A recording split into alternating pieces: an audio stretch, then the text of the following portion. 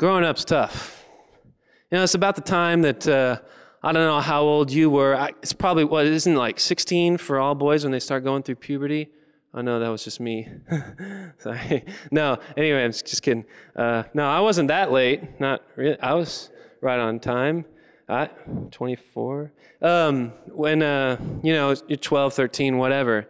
And you start hearing all these things about what a man should be, right?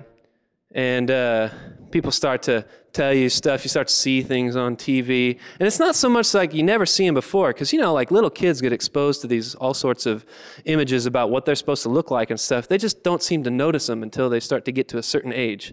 And then they start all of a sudden picking up on this stuff and going, Daddy, is it true that I'm supposed, Right. So anyway, I was thinking about all this stuff.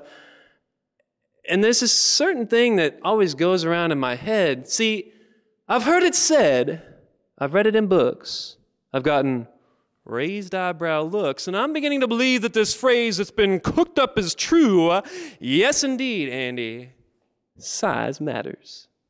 Whether yours is fatter, thinner, longer, stronger, thicker, quicker, don't be too hasty to let out a snicker about the diminutive qualities of anyone else, Roy, because there will always be someone bigger to show you up. In fact, I am perhaps the most privileged child of my generation because I had the biggest, most incredibly spectacular, peculiarly oversized sandbox in my backyard when I was growing up.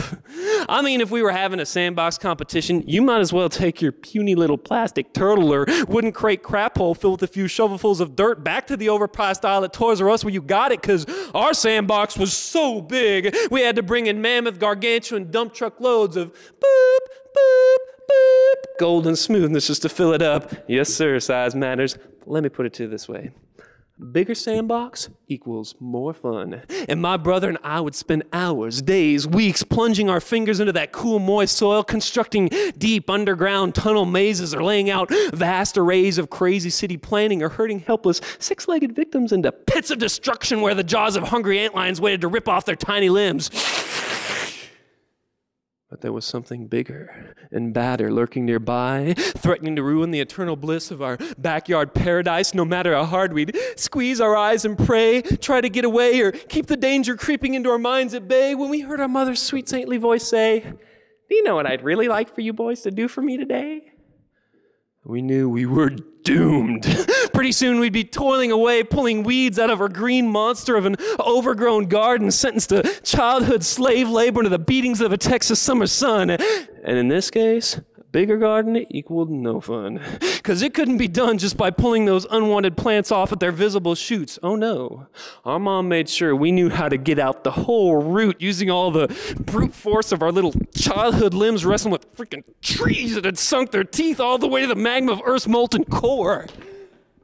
Of course, the magic of two young boys didn't take long to transform our garden hell into an African jungle with two famous explorers blazing a trail to their triumphant meeting, defeating our imaginary foes and sometimes each other with flying dirt-clawed bombs.